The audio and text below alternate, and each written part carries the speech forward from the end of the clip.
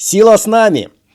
Сегодня обсудим, как развивать различные полезные качества с точки зрения обновлений за последние 10 лет. Вы знаете, что знание – это не некий статический результат, это вечный процесс. Постоянно приходят какие-то новые данные, новые эксперименты, новые схемы и методики о том, как развивать те либо иные качества. В сегодняшнем сюжете я соберу самые интересные данные, которые меня заинтересовали, которые, я считаю, имеют значение для развития силы, скорости, мышц или здоровья. Это те вещи, которые на меня произвели впечатление, и я уверен, что эти данные важны для каждого.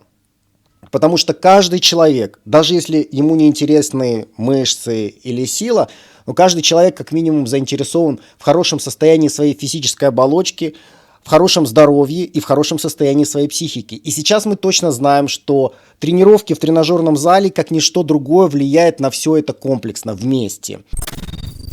Я регулярно слушаю медицинские подкасты, и там специалисты плачут в один голос о том, что современное человечество постепенно себя убивает.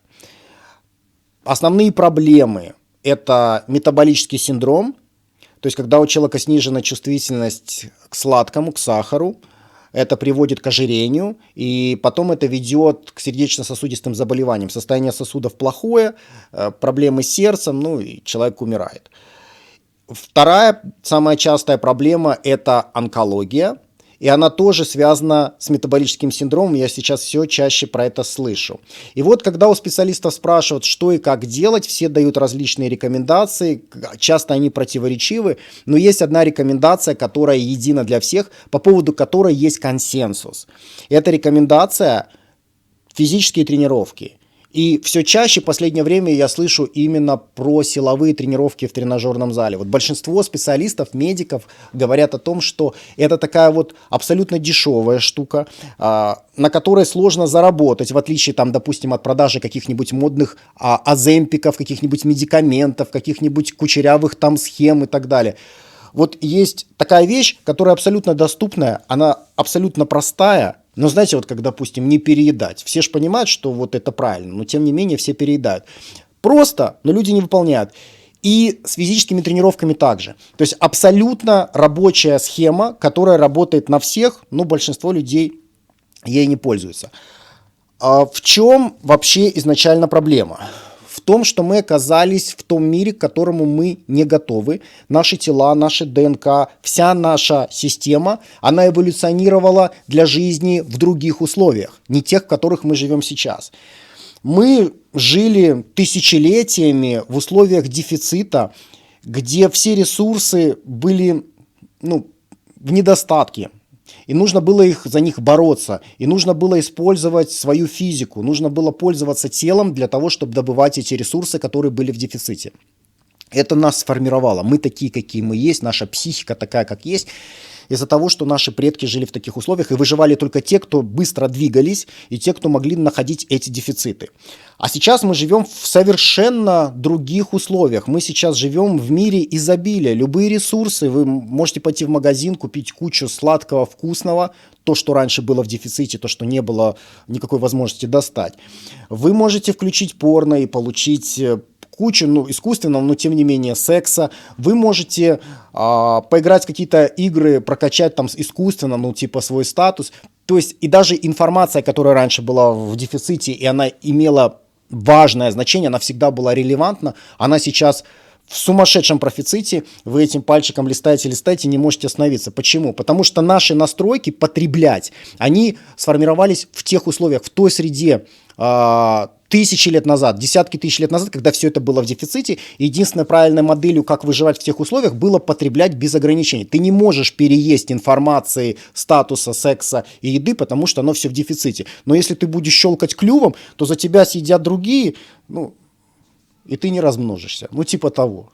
То есть, почему люди не могут контролировать свое питание, почему люди не могут контролировать потребление, вообще потребление, любое, информационное, статусное, сексуальное, не могут люди контролировать? Потому что мы не настроены, чтобы это контролировать. В этом не было никакого смысла тысячи лет назад. Сейчас все поменялось, сейчас у нас технологии, сейчас у нас интернет, сейчас пальчиком можно до бесконечности потреблять новую информацию, можно включить какой-нибудь порнхаб, куча женщин, а в старые времена люди это не видели за всю жизнь, сколько можно посмотреть сейчас за 5 минут. Ну и, конечно, еда. И при всем при этом не надо никакой активности, чтобы это получить. То есть раньше людям нужно было воевать, отбирать, ходить куда-то, собирать, напрягаться, физически напрягаться. Сейчас вы идете к холодильнику, достаете то, что вам нужно, и садитесь обратно листать телефон. И в этом проблема. И это разрушает общество, и разрушает прежде всего физику. За счет чего? Физической активности нет, а потребление еды большое, особенно еды вкусненькой. А почему вкусненькой? Потому что выгодно компаниям продавать вкусненькой. Выгодно туда пихать сахар, он стимулирует дофамин, и вам хочется снова есть, есть и есть. Не потому что вы голодные, а потому что вы дофамините таким способом, вы получаете от этого удовольствие. И в совокупности мы имеем цивилизацию, которая постоянно много жрет, бесконтрольно и мало двигается. И, естественно, наши системы на это не были заточены, они начинают разрушаться. И то, с чего все начинается, снижается постепенно чувствительность клеток к сладкому. Почему? Ну, потому что они не рассчитаны на такое количество сладкого. Сладкого было мало, это была экзотика. Почему мы так любим сладкое? Потому что раньше сладкое вы могли получить только из каких-то очень полезных фруктов, которых было мало, которых невозможно переесть много, потому что там фруктоза, там клетчатка. Вы не можете переесть много фруктов сладких, но если вы на них где-то напоролись, на эти фрукты, их надо съесть как можно больше, сколько влезет, потому что там много витаминов, там энзимов, куча полезных штук, и при всем при этом переесть невозможно из-за клетчатки. Поэтому в нас есть программа. Видишь сладкое, ешь как можно больше, пока другие у тебя это не отняли. Потому что ты все равно не переешь, а это для здоровья очень полезно. Сейчас ситуация поменялась. Вместо полезного сладкого у нас рафинированный сахар, в котором ни хрена, никаких пищевых волокон, ничего. Это чистый дофамин. И при всем при этом, ну, программа-то, она работает, и человек не может остановиться. И он ест это сладкое, ест, компании это используют, рассказывают всем какую-то чертовщину по поводу, там, наша миссия, сделать мир лучше. Там вот каждая компания, каждое юридическое лицо, бренд какой-то вот в эту чушь рассказывает, и я смотрю, что большинство людей в эту чушь верят. Так странно, то есть коммерческая компания вам рассказывает о том, что она хочет сделать вашу жизнь лучше и думает о вас и все такое прочее. Коммерческая компания, смысл ее существования, то, что прописано в уставе, это генерирование дохода. То есть ее цель – зарабатывание денег. Если бы не было законодательства, они бы вообще чудили бы, там на голове бы ходили. То есть единственное, что их ограничивает, чего они боятся, это каких-то санкций, это каких-то там наказаний с точки зрения законов. Вот. Но если это в рамках закона, то их совершенно это не заботит. И вы берете Кока-Колу, в этой Кока-Коле там в одном стакане ложка сахара. То есть то количество, которое раньше мы получали там в неделю, вы сейчас выпили стакан, получили за 5 секунд. Соответственно, избыток сладкого. И наши клетки, когда они получают переизбыток чего-то, снижается к этому чему-то всегда чувствительность, правильно? То есть если они были на дефицит настроены, а сейчас профицит, значит снижается чувствительность к нему. То есть хуже работает система, хуже усваивается сахар. И вот это вот начинаются метаболические проблемы. А раз хуже усваивается, впитывается сахар, соответственно, вы его закидываетесь вкусной едой, а у вас нет ощущения сытости. Вы начинаете дальше закидываться. Тем более вам хочется кайфануть, дофамин, поймать дофамин. И вот человек ест для того, чтобы кайфовать. Насыщение он не ловит, потому что там нету пищевых волокон, как было раньше, да, там в полезных фруктах, например. И человек переедает, чувствительность к сладкому у него снижается, и возникают различные проблемы. И прежде всего он переедает, то есть у него избыток калорий, у него начинается ожирение, лишний вес, он все это дело таскает на себе. Чувствительность к сахару снижена, вес повышенный, потом, естественно, трубы начинают лететь к чертям, да, сосуды. То есть начинаются сердечно-сосудистые заболевания, потому что кровь гоняется по сосудам, если тушка большая, если холестерина много плохого, то все это начинает сыпаться потихонечку. И вот мы получаем основную метаболическую проблему современного общества. То есть сниженная чувствительность к сахару, диабет второго типа, ожирение, сердечно-сосудистые заболевания. Это первое направление. Второе направление, то, что я чаще всего слышу, о том, что даже онкология, которая, в общем-то, еще лет 10-15 назад все говорили, это чисто генетическая штука, типа, чем больше итераций, тем больше клетка размножается, тем выше вероятность, что возникнет какая-то ошибка при копировании клетки. Ну, типа, просто раньше жили мало, а сегодня живут дольше, и, соответственно, чем дольше ты живешь, тем больше шансы, что полетит все, ну, где-то будет ошибка. И, типа, ДНК где-то передает какую-то ошибку, и вот эта ошибка это и есть типа онкология, потому что клетка начинает, неправильная клетка с ошибкой начинает дальше воспроизводиться, размножаться, это и есть онкология. Типа главная проблема возраст.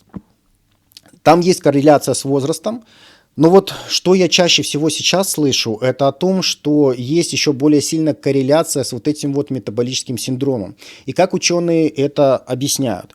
Они говорят, смотрите, вот проблема не в том, что это там генетика, проблема это в том, что по сути люди жрут много сладкого. По сути, вот так если по-простому, вот это ведет к онкологии. Почему? Потому что если мы возьмем, допустим, клетку, в клетке есть ядро. Так вот, если у нас есть поврежденное ядро, и мы пересадим это поврежденное ядро в целую клетку, то клетка живет дальше, все нормально. А вот если мы, допустим, возьмем целое ядро и пересадим в поврежденную клетку, то все будет плохо. То есть онкология сохранится, и клетка в конечном счете умрет.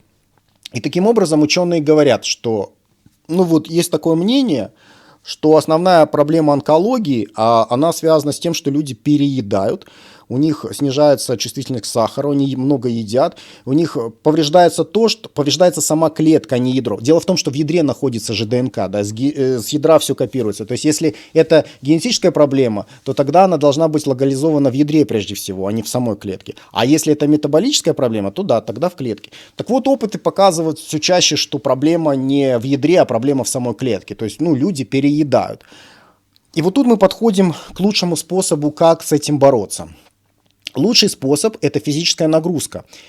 У нас есть два типа нагрузок. Это кардионагрузка, когда вы ходите либо бегаете, и это есть физическая, и есть силовая нагрузка в тренажерном зале, когда вы тягаете железки. Обе нагрузки хороши. В одном случае, если это кардио, у вас используется более дешевый способ энергообеспечения, когда в кислороде сжигаются питательные вещества. Дровишки горят на кислороде. Это вот примерно такой способ. Он дешевый, его надолго хватает. Однако он не может обеспечить много энергии сразу. Если нужно много энергии сразу, то дровишки не подойдут, нужен порох, да, условный. Так вот, таким порохом являются углеводы и является реакция, которая называется анаэробный гликолиз. Когда вы в тренажерном зале тягаете железки, нужно сразу много энергии, не так, как во время бега. И для того, чтобы запустить эту реакцию, нужен другой способ энергообеспечения. Побочкой этого способа энергообеспечения является рост ваших мышц, для того, чтобы снизить в будущем траты энергии. И каскад очень полезных штук, которые особенно полезны для борьбы с метаболическим синдромом. Почему? Потому что, когда вы используете вот этот условный порох для быстрого энергообеспечения в больших количествах, у вас происходит такой процесс, который называется закисление. Физически вы это чувствуете, когда вы делаете повторение за повторением, вы чувствуете жжение в своих мышцах. Это молочная кислота. Она вырабатывается в процессе вот этого вот быстрого энергообеспечения. И вот это вот закисление, оно очень-очень мега полезно для вашего здоровья, для вашего мозга и для борьбы с вот этим метаболическим синдромом. Почему? Прежде всего, потому что вот этот вот способ энергообеспечения, он использует углеводы. Прежде всего, он использует гликоген, он использует углеводы для энергообеспечения. И вы же понимаете, что метаболический синдром – это когда вы переедаете сладкого и снижается чувствительность к углеводам. А когда вы тренируетесь в тренажерном зале, это повышает чувствительность клеток к углеводам. Понимаете, в чем разница? Обычная жизнь современного индивидуума, она предполагает, что он переедает сладкого, и у него чувствительность к сахару снижается. А если человек ходит в тренажерный зал и своими мышцами поднимает железки, то у него чувствительность мышц, клеток к сахару увеличивается. То есть, таким образом, человек может контролировать вот эту вот самую главную проблему. То есть повышать чувствительность к сахару, и, соответственно, если у вас чувствительность к сахару восстанавливается в норму, у вас уже меньше шансов, что будет ожирение, потому что тело более эффективно утилизирует ту самую глюкозу, которую у обычных людей очень сложно утилизировать. И, соответственно, раз это все тянет одно за другое. То есть чувствительность к сахару лучше, соответственно, ожирение меньше, соответственно, сердечно-сосудистые заболевания возникают реже. И онкология тоже возникает реже. Я как-то попадал на очень интересные исследования медицинские. Там оценивалась корреляция между занятиями в тренажерном зале и онкологией. Я обратил внимание, что у людей, у которых были мышцы, мужчин, они реже болели онкологией статистически, чем те мужчины, у которых мышц не было. И вот с этой точки зрения все логично. То есть если основная причина, почему возникают проблемы, метаболическая, тупо переедают и у них снижена чувствительность к сахару, то если мужчина имеет мышцы, у него, как правило, чувствительность к сахару будет в порядке. Потому что мышцы, они потребляют очень много глюкозы. Им фактически нужна глюкоза во время тренировок в тренажерном зале. И следующий момент, почему многие специалисты говорят, что тренировки в тренажерном зале подчас даже лучше, чем кардиотренировки. Потому что кардио вы позанимались, потратили какую-то энергию и вот остановились. Все, процесс завершился. А когда вы тренируетесь в тренажерном зале, у вас каскад запускается реакции, которые продолжаются после тренировки. Особенно, если у вас есть мышцы. Потому что они потребляют сами по себе много калорий. То есть человек, у которого там плюс 10 килограмм мышц, он может себе позволить на 1000, на 2000 калорий в день больше съесть, чем человек, у которого нет этих мышц. Потому что для того, чтобы кормить эти мышцы, нужны дополнительные калории. И в целом такая физическая нагрузка, она благотворно влияет на здоровье. Это что касается общего состояния здоровья, это что касается, чтобы предотвратить возможность возникновения каких-то заболеваний. То есть вот физическая тренировка в тренажерном зале, она очень-очень благотворно влияет. Также мы за последнее время узнали, что такая тренировка, она очень благотворно влияет на мозги. Сейчас мы знаем, что когда человек ходит в тренажерный зал, когда вот он поднимает железки, у него вырабатываются различные стрессовые факторы, кортизол и другие гормоны.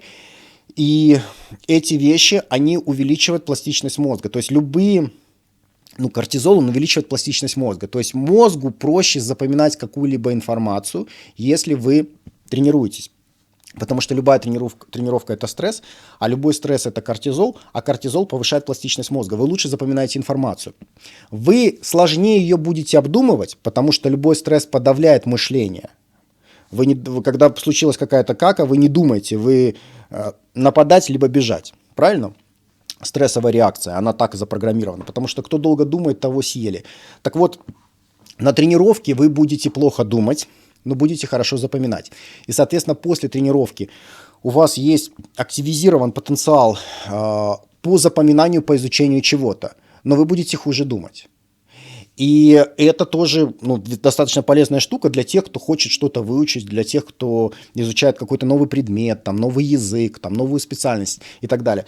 Если вы тренируетесь в тренажерном зале, то ваши возможности по запоминанию новой информации, они увеличиваются. И, в принципе, это логично, да, то есть, если мы предположим, нашего далекого предка, который где-то путешествует, куда-то пошел за едой, за кем-то охотится, то логично, что если он физически напрягся, то он, скорее всего, оказался в каких-то новых условиях, на какой-то новой территории, в какой-то новой битве, и ему нужна какая-то ментальная помощь, чтобы пластичность мозга увеличилась для того, чтобы он запомнил эти новые условия, потому что это важно для выживания.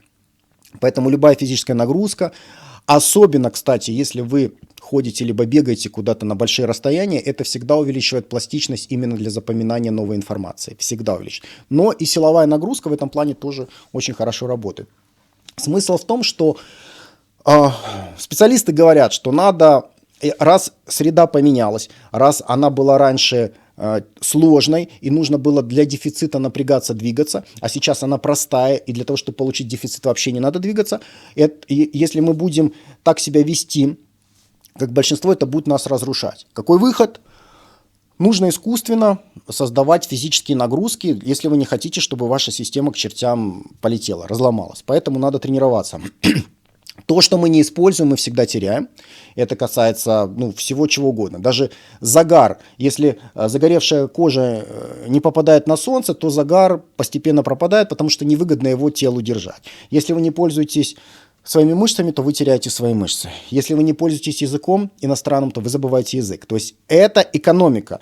То мы держим в хорошем состоянии только то, что нам нужно, то, чем мы пользуемся. Поэтому, если вы не будете пользоваться своим телом, если вы не будете его тренировать, оно начнет рушиться, а начнет рушиться тело, начнет рушиться все остальное. Как тренироваться на здоровье? Современный консенсус специалистов заключается в том, что на одну мышечную группу нужно достаточно делать 5 рабочих подходов с нагрузкой 30-80% от одноповторного максимума. Что такое одноповторный максимум? Это максимальный вес штанги, который вы можете поднять на одно повторение. Например, вы жмете лежа 100 на один раз, а если поставите 105, уже не пожмете. Вот ваш одноповторный максимум 100, соответственно, вам нужно взять вес от 30 до 80 килограмм и сделать рабочий подход из нескольких повторений. И таких подходов нужно сделать 5. Почему такой широкий разброс? Потому что у всех по-разному. Кто-то может сделать больше повторений, кто-то может сделать меньше повторений. Я бы сказал так, ребят. То есть не должно быть жестких отказов. Диапазон повторений для здоровья, если вы тренируетесь, должен быть где-то 10-20 повторений в среднем. И вот делайте таких 5 подходов на тренировке на одну мышечную группу, и это будет достаточно для того, чтобы ваша мышечная группа была в хорошем состоянии, в хорошем тонусе для здоровья.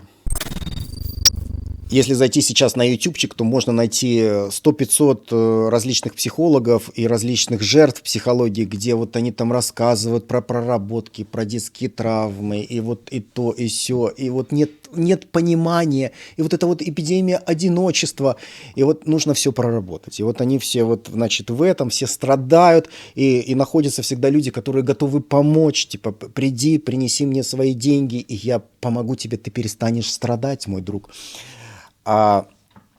Есть хорошее дешевое решение. Хорошее дешевое решение называется тренажерный зал. В чем вообще проблематика? Почему столько много нытья? Оно все вскрылось, потому что появились социальные сети, развилась блогосфера, и есть проблема, соответственно, есть контент на эту тему, как оно обычно бывает. Но предпосылка та же самая, что и с физической оболочкой. То есть окружающая среда поменялась, и те стрессы, которые были раньше, они исчезли. Раньше был стресс какой?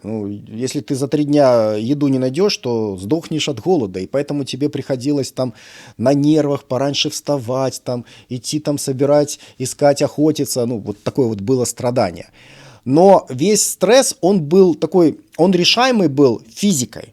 То есть, если на тебя кто-то нападает, ты, соответственно, ему в дыню даешь, либо ты от него убегаешь. Потому что, если оно меньше тебя, то ты в дыню даешь, а если оно больше, то лучше убегаешь.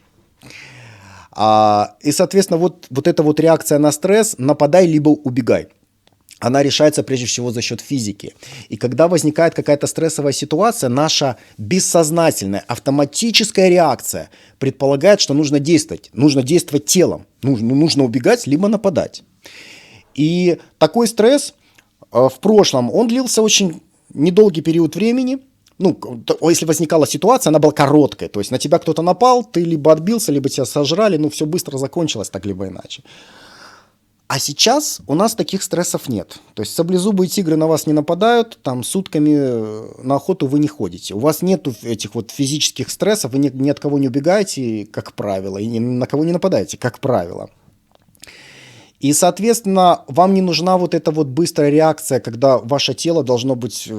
Что такое реакция стресса? Реакция стресса – это турбовозможность вашего организма, это суперспособность вашего организма. Когда что-то происходит, у вас сразу идет вспрыск определенных гормонов в вашу систему, у вас повышается уровень глюкозы в крови, потому что всем вашим мышцам нужна быстрая энергия, а вы не обращаете внимания на боль, на стресс. То есть вся эта штука заточена под то, чтобы дать вам суперспособность на короткий промежуток времени. То есть возник стресс, у вас суперспособность для того, чтобы решить физически эту проблему и забыть про нее. Это было сотни тысяч лет. Это то, на что настроена наша физика и наша психика. И вот мы оказываемся в 21 веке, в котором, оказывается, не нужно ни от кого бегать, не нужно ни на кого нападать, в котором, оказывается, можно сходить в холодильник, взять телефон, и вообще все просто. То есть у нас нет тех стрессов, которые были раньше, которые можно было решить физикой. Но у нас возникла куча новых стрессов. Когда человек, допустим, стоит в пробке, застрял, и он не знает, что с этим делать, он нервничает, он психует, у него включается, вот он опаздывает на работу, у него включается стрессовая реакция, то есть у него пошла кровь, ему хочется физически решить проблему, то есть ему хочется выскочить из машины, надавать кому-то по голове, наорать на кого-то, дать все и завершить проблему, потому что так настроена наша система изнутри. Это то, что тысячами лет складывалось. Но проблема в том, что если он это сделает, то его посадят. Поэтому ему нельзя решить проблему физически, и у него нет выхода из стресса. То есть он стоит в пробке, у него стресс, и нет выхода стресса, только еще больше стресс. Он приезжает на работу, у него куча работы, он не успевает по плану, ему грозит увольнение, он не знает, как ему выплатить ипотеку, если он останется без работы. У него вот такая вот голова, и то есть это создает стресс, но стресс постоянный, у которого нет решения тут и сейчас с помощью тела. Понимаете? Раньше стресс был эпизодический, и он решался с помощью физических характеристик. Ты что-то сделал, убежал, напал, все, стресса нет. А сейчас стресс может длиться, вот ты сидишь, у тебя там долг, там какая-нибудь ипотека, и тебе нужно его выплачивать там десятками лет, а вот тебе обещают там вроде бы скоро уволить, и это прям сумасшедший стресс. И вот это состояние микростимуляции, когда стрессовые гормоны вырабатываются, а у тебя уровень сахара в крови повышается для того, чтобы дать тебе физические кондиции, чтобы решить проблему. Вот это вот состояние, оно постепенно начинает тебя разрушать, потому что ты им, во-первых, не пользуешься, у тебя нет разрядки физической, а во-вторых, это длится долго. То есть оно было рассчитано, чтобы быстро тебе помочь, то есть такой сильный стимулятор, он тебе помогает тут и сейчас, а потом ты отдыхаешь, расслабляешься, чилишь. А получается, что быстро ты не можешь это решить, и у тебя на постоянку этот стресс. И когда он на постоянку, это приводит ко всяким проблемам, в частности, тот самый метаболический синдром, потому что у тебя же сахар постоянно чуть повышенный из-за стресса. Если он постоянно чуть-чуть повышенный, это начинает снижать чувствительность клеток к сахару. И пошло-поехало. Проблемы там с сосудами, ожирение и так далее. И при всем при этом человек плохо спит, плохо себя чувствует. Вот стресс. И психика начинает: приветики, конфетики. Вот. И чем хороша физическая тренировка? Тем, что вы, грубо говоря, тратите свой организм, вы используете свой организм, вы даете выход вот этой вот негативной энергии. То есть, если стресс, он требует выплеснуть эту энергию физически. Если вы ничем не занимаетесь, у вас нет возможности выплеснуть это физически, но если вы занимаетесь, то у вас такая возможность появляется. Это прекрасно.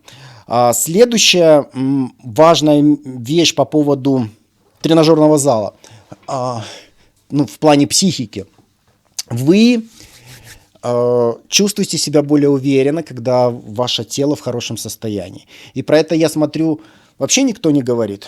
А ведь это очень эффективная штука. То есть, если вы самый сильный, самый быстрый, самый приспособленный физически вот в комнате людей находитесь, то, соответственно, вы будете себя очень уверенно чувствовать среди этих людей. А если вы себя будете уверенно чувствовать среди этих людей, у вас с психикой все будет нормально. Вы будете более убедительны, вы будете уверенно себя держать, сильно себя держать, и это люди будут чувствовать. И вы будете себя хорошо чувствовать. То есть ваша психика будет в порядке. То есть, если по-простому, когда вы находитесь в комнате, в которой вы сильнее всех и готовы сожрать всех, это не значит, что надо это делать, но вы внутренне ощущаете, что вы более подготовлены физически, чем все остальные, вы чувствуете себя увереннее, чем остальные, чаще всего. Там есть различные нюансы, но при прочих равных, если вы физически лучше всего подготовлены и чувствуете свою силу в этом плане, то вы и психически будете чувствовать свою силу. Поэтому тренировка в тренажерном зале дает нам два основных преимущества. Во-первых, мы расходуем вот эту негативную стрессовую энергию в тренажерном зале, мы даем выплеснуться ей во время тренировки, мы ее расходуем.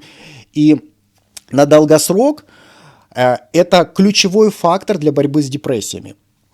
Много я читал на этот счет исследований. Смысл такой, что Фактически, когда вы тренируетесь в тренажерном зале, у вас это такие микрострессы. Каждая тренировка физическая – это стресс. И, соответственно, когда вы регулярно это делаете, ваша система привыкает работать со стрессом.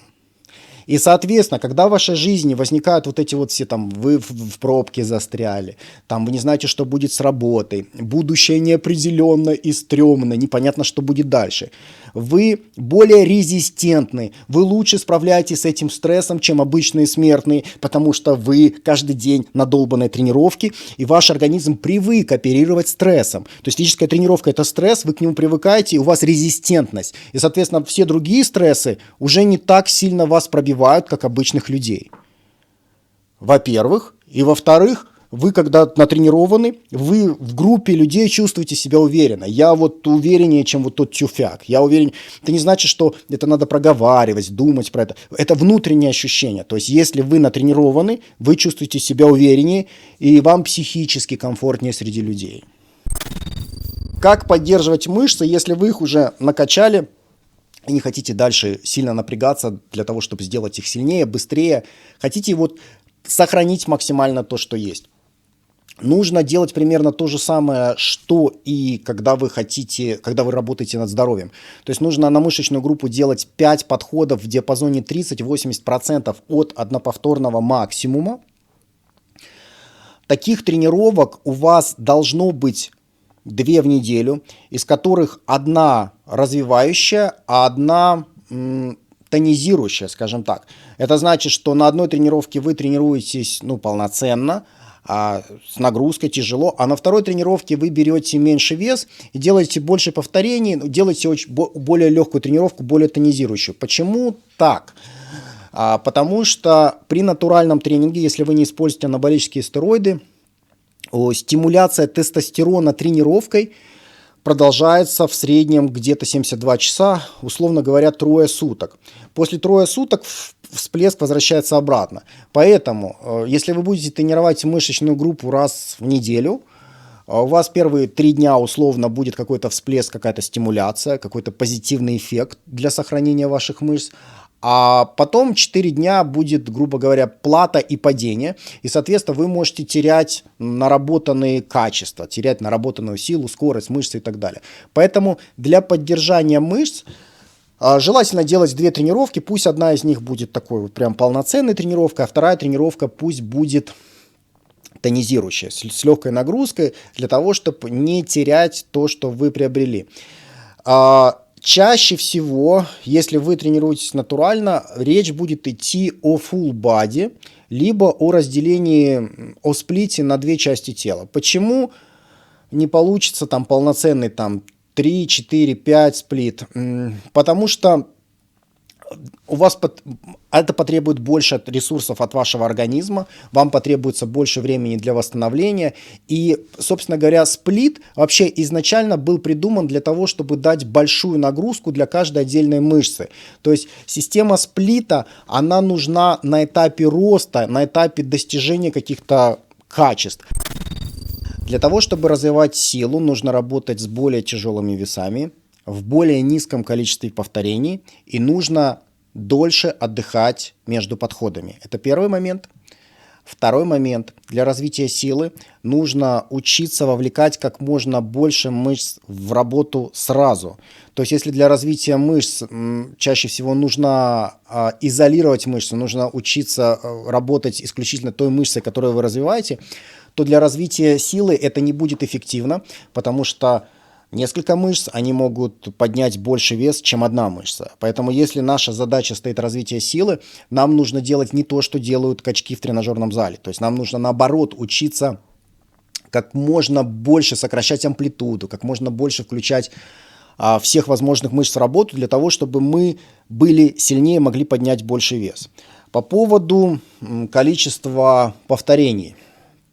Самая стандартная схема – это работа с весом где-то 75-80% от одноповторного максимума.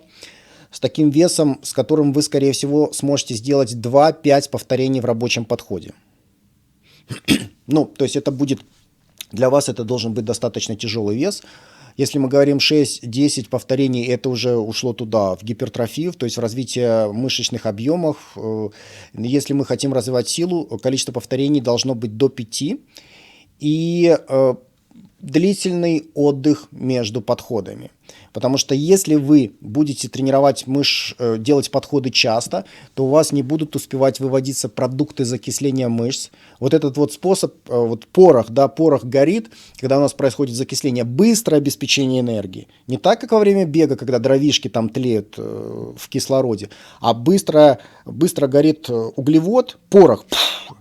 Вот этот вот способ, он производит закисление, и вот эти продукты закисления, они снижают эффективность воспроизводства энергии обратно, эффективность воспроизводства АТФ. Это значит, что если вы мало отдохнете после силового подхода, вы не сможете поднять такой же вес, как подняли в этом подходе. Вы будете чуть слабее. То есть у вас АТФ будет не на таком уровне, как в первых подходах. Он не успеет восстановиться, потому что ему для восстановления нужно больше времени. 1-2 недостаточно. Минимум 3 минуты. А некоторые чуваки могут делать там и по 5 минут, и больше.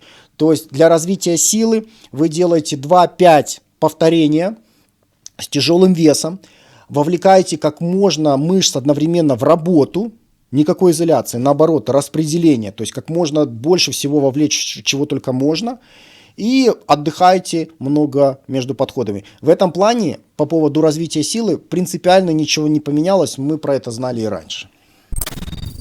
Нужен ли тренажерный зал для того, чтобы развивать скорость? Нужен, и очень даже нужен, потому что есть люди, которые считают, что типа, если мне нужно быть быстрым, то, соответственно, мне там нужно быстро бегать, допустим, или там быстро шевелить частями тела для того, чтобы приучить их делать это как можно с большей скоростью.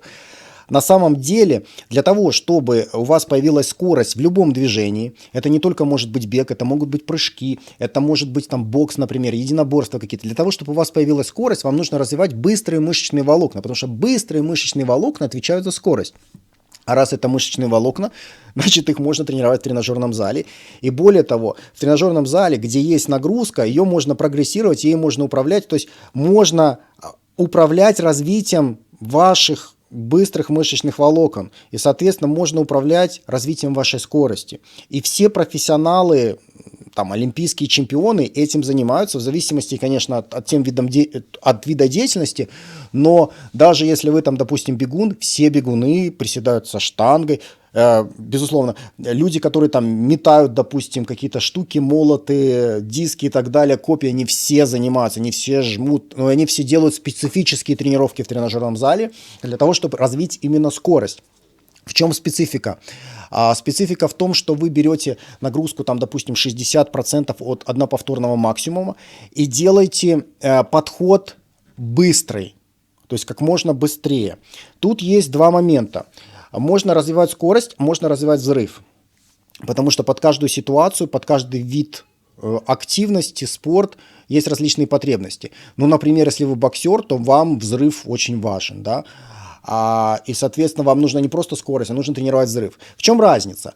Когда вы тренируете просто скорость, вы берете, например, штангу и делаете с легким весом, 50-60% от одноповторного максимума, вы делаете максимально быстрое движение, как можно быстрее, для того, чтобы натренировать свои мышцы к скорости, быстро сокращаться. Смотрите, опять-таки, сила это всегда медленно. Чтобы развить силу, мы делаем медленно. Ни в коем случае нельзя во время развития силы делать быстро, потому что ваша сила уменьшится. Чтобы поднять больший вес, нужно поднимать его медленно и вовлекать как можно больше мышц в работу. Вот что нужно для силы. А для того, чтобы развить скорость, нужно делать как можно быстрее. Как можно быстрее. Тогда вы будете тренировать свою скорость, а чтобы сделать как можно быстрее, нужен вес поменьше. Поэтому вы видите, что процентовки разные. То есть, если мы там развиваем силу, мы берем 80%, то когда мы развиваем скорость, мы там берем 50-60%, но делаем быстро и делаем больше повторений.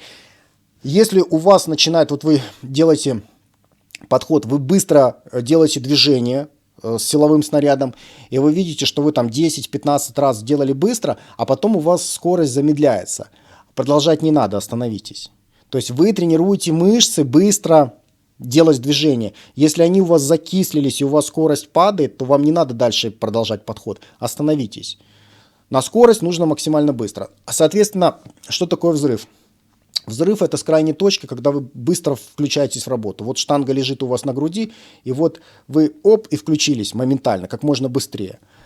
Хорошо разминайтесь, потому что это такие движения, особенно взрывные, в которых чаще всего люди травмируются, если они холодные, если это в зимнее время вы тренируетесь и так далее. То есть очень интересная есть информация по поводу единоборств. Дело в том, что любая тренировка в тренажерном зале, это силовая тренировка, она в той либо иной степени чаще всего закрепощает мышцы. Почему? Потому что это способ больше поднимать вес, больше поднимать нагрузку. И когда вы тренируетесь в тренажерном зале, если вы, допустим, единоборец, то вы будете потихоньку закрепощаться. Это не баг, а фича. Это дает вам возможность быть сильнее в конкретном движении, но если вы единоборец, то для вас это будет баг. Что делать? Потому что вам, с одной стороны, нужно там мышечную группу сделать сильнее, чтобы она была быстрее, да? Потому что чем больше сила, тем больше скорость. А с другой стороны, вы понимаете, что вы там становитесь постепенно роботом-вертером, да? То есть закрепощаетесь. Какое решение? Периодизация. То есть современная наука говорит о том, что нужно использовать периодизацию, нужно использовать плеометрику. Грубо говоря, вы работаете там несколько месяцев, развиваете свои быстрые мышечные волокна, качаете в тренажерном зале, старайтесь быстро выполнять упражнения. А потом какое-то время вы растряхиваете эти мышцы. То есть, если вы, допустим, там ударник, то вы, соответственно, набрали какой-то вес, а потом набрали какие-то мышцы, а потом учите эти мышцы максимально быстро сокращаться уже без веса. Работайте там на лапах, там, на грушах, там, с напарником и так далее. То есть, смысл не в том, что вам не нужно заниматься. Если вы не будете заниматься, то у вас будет скорость меньше удара, чем у тех людей, которые занимаются. Смысл в том, что нужно периодизировать. То есть вы как несколько месяцев позанимались, развили силу нужной мышечной группы, а потом вы эту мышечную группу растряхиваете. Вы ее учите быстро сокращаться, быстро использовать те мышцы, которые вы наработали. Сейчас мы точно знаем, что смысл мышечной массы – это большой объем силовой работы, которую вы можете выполнить с данной конкретной мышечной группой. То есть, если вы хотите, чтобы ваши бицепсы были большие, нужно выполнять этими бицепсами большой объем работы. Хотите грудь, спина, нужен большой объем работы. Это то, что принципиально отличает бодибилдинг от всех остальных направлений. То есть сила – это мы делаем редкие подходы, много отдыхаем между ними, но с очень большим весом. А суть бодибилдинга, то, что дает, вот почему такие мышцы большие, почему такие мышцы? Потому что они привыкли работать в высоком объеме. Что такое высокий объем? Высокий объем – это, ребят, 15-20 подходов на мышечную группу в неделю, для того, чтобы она росла. 15-20 подходов на мышечную группу в неделю с нагрузкой 30-80%. Почему такой широкий диапазон? Потому что у всех по-разному. Во-первых, люди работают в разном диапазоне. Там кто-то работает 10-20 повторений, кто-то работает 6-10 повторений. И те растут. Это зависит там, от композиции быстрых и медленных мышечных волокон, генетики и так далее. Но в целом чаще всего такой вот рабочий диапазон, на котором люди растут, это 6-12 повторений. То есть при таком диапазоне ваши мышцы хорошо истощаются, вот тот самый порох хорошо прогорает, происходит хорошее закисление. Это не обязательное правило, потому что есть какие-нибудь чуваки типа Чулсуна корейского, там огромный парень, который там закисляется, делает 20-30 повторений и больше. Но там химик. Но поэтому давайте будем смотреть с точки зрения все-таки натурального тренинга. Натуральный тренинг – это 6-12 повторений, такой вот диапазон, при котором вырабатывается много факторов роста, закисления, там всякие ионы водорода, у нас молочная кислота, ионы водорода, то, что, в общем-то, запускает в клетку, генетический механизм запускает в клетки, то есть у нас высвобождается тестостерон, и у нас высвобождаются там различные факторы роста, у нас запускается процесс, если достаточно белка и т.д. и т.п. То есть самое ключевое, то, что отличает бодибилдинг от всех остальных активностей, это большой объем силовой работы.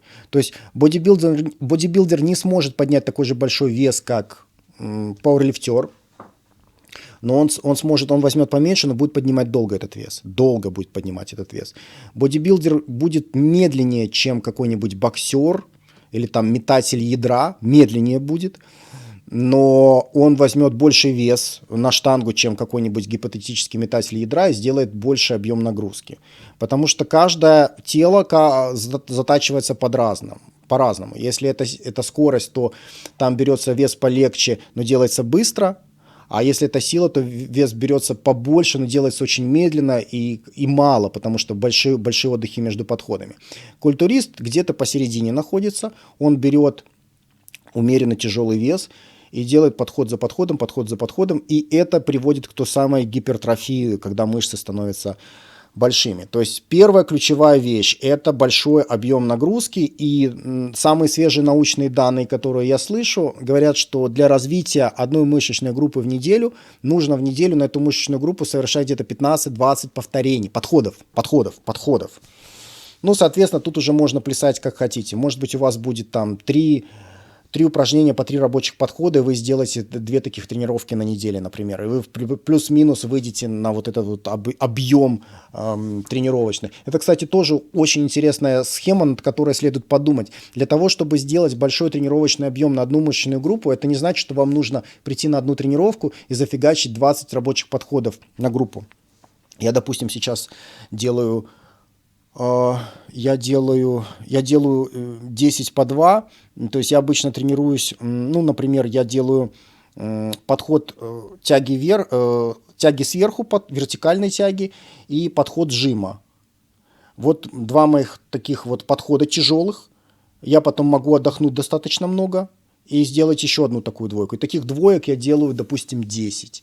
И это в сумме у меня получается 20 подходов, по 10 на ту, и я больше ничего не делаю, потому что я тренируюсь сейчас натурально, я чувствую, что даже вот эти вот 20 подходов мне тяжеловато делать, поэтому я беру очень большой перерыв отдыха между подходами. Я это к тому, что вам не обязательно циклиться на большом объеме тренировки, на большом объеме работы в рамках одной тренировки. Вы можете разбить это на несколько тренировок, вы можете частично сделать мышечную группу на одной тренировке, частично на другой, да хоть на 3 вы можете. Вы можете бить их там на развивающую и на тонизирующие тренировки. Тут очень много вариантов, но смысл в том, что суть бодибилдинга в большом объеме. Но нужно быть осторожными, потому что если будет большой объем, слишком большой объем, то может начаться катаболизм, например, да, то есть мы знаем, что если тренировка длится там час, вот непрерывно час, то потом катаболических факторов больше, чем анаболических, и уже для тестостерона это будет хуже, чем лучше. Поэтому, возможно, имеет смысл, допустим, если у вас длинная тренировка, тяжелая, может быть, имеет смысл разбить ее на 2, но чтобы не было вот от и до там больше часа. При натуральном тренинге это может быть слишком много. То есть большой объем – это первый момент. Второй момент, очень-очень важный, вот это чаще всего я сейчас вижу в иностранных источниках, там у всяких специалистов, тренеров, о том, что изоляция очень важна. Я помню, 20 лет назад было много разговоров о том, что делай базу до отказу, да, в том плане, что делай базовые упражнения, вовлекай побольше сразу мышц в работу, это лучше всего приводит к росту. Это лучше всего стимулирует выработку тестостерона, это так, действительно, и скорее всего для здоровья это было бы неплохо, но с точки зрения роста мышц, нужно взять одну мышечную группу и постараться ее максимально изолировать. То есть чем меньше вовлекается в работу других мышц, тем больше у вас истощается и работает данная конкретная мышца, на которую направлено упражнение. Так вот, ваша задача максимально забрать всю нагрузку с остальных мышц и направить вот в эту целевую, которую вы хотите развить. Вот это бодибилдинг. И мы, в принципе, про это знаем, потому что Арнольд рассказывал все эти сказки о том, как он представлял свои бицепсы в виде шаров, наполняющих дом, и ему это помогало фокусировать нагрузку исключительно на бицепсах. То есть вот эта вот связь мозг-мышцы, она же, по сути, говорит о том, что отключи все остальные мышцы, сделай так, чтобы в упражнении работала только вот данная конкретная мышечная группа, и это действительно работает. То есть там 3 момента. Помимо объема, это понятно, это база. Там 3 момента. Это нужно консолидировать всю нагрузку в одной мышечной группе. изолировать нужно нагрузку. Второй момент, упражнение нужно делать, упражнение нужно делать медленно очень. И третий момент – растяжка. Вот это вот такие три момента, на которые я вот обратил внимание, то, что вот сильно поменялась риторика за последние 10 лет. То есть сейчас профессионалы говорят, что выключи все остальные мышцы, не пытайся помочь, старайся делать упражнения той мышцей, которую ты развиваешь, концентрируй все в ней. Старайся делать медленно. Почему медленно? Потому что если ты делаешь медленно, то у тебя больше истощается эта мышца, ты больше концентрируешь на ней все внимание, и тебе сложнее привлечь что-то еще. То есть при медленном движении тебе проще истощить мышцу во время выполнения подхода. Ты вот над ней работаешь, медленно, ты ее медленно, качественно сокращаешь, и ничего другого у тебя не сокращается. И даже растяжка тоже в кассу. Ну, раньше были разные идеи по поводу растяжки, в том плане, что растяжка типа помогает, растягивает мышечную фасцию, и типа она потом легче растет, мышца и так далее. Но вот одно из таких вот новых явлений, то, что я сейчас часто слышу, это то, что растяжка учит вас лучше чувствовать мышцу и лучше ее изолировать. Да? То есть вот это тот самый пункт, про который я вот уже говорил. То есть вы делаете медленно. После подхода вы аккуратненько разогретую мышцу растягиваете, и тем самым вы учитесь ее лучше чувствовать. И есть еще там кое-какие факторы роста, которые вырабатываются во время растяжки. Чтобы не усложнять выпуск, про это не буду сегодня рассказывать, но, в общем, на практике, если вы хотите накачать мышцы, именно не поддержать, именно вот накачать, то вам нужен большой объем. Вам во время работы нужно стараться изолировать целевую мышцу от всех остальных, чтобы у вас работало только то, что вы сейчас тренируете. И для этого вам нужно движение выполнять медленно. И после того, как вы завершили движение, после того, как вы достигли отказа, уже больше не можете делать следующее повторение, после этого вам нужно эту мышцу порастягивать. И вот такие вот рекомендации позволят вам наиболее эффективно развивать мышечную массу с точки зрения современных данных, с точки зрения современной науки. Окей, ребят, по поводу следующего сюжета. Что будем делать? Я вам обещал веру в человечество. Наверное, я сделаю все-таки следующий сюжет про веру в человечество. Хотя у меня есть еще вариант снять сюжет про тестостерон, как поднять натурально тестостерон без всяких вот этих вот запрещенных штук, как его натурально поднимать. Что вам больше нравится, дайте мне, пожалуйста, знать вот там вот в комментариях. Также я вам хочу напомнить, что у меня есть мой телеграм-канал, на котором я выкладываю статьи для тех, кому проще читать, чем смотреть. Также на этом канале есть 2 бесплатные программы тренировок. Одна для тела, Full Body 90, и одна для мозга, Neuromax 90. Обе программы бесплатные и предполагают 90 дней занятий. Если вы хотели начать, но не знали как, тогда добро пожаловать. Ссылки вот там вот внизу в описании. Добро пожаловать. У меня на сегодня все. Спасибо за ваше внимание. Я желаю вам удачи, успеха. И да пребудет с вами сила, друзья.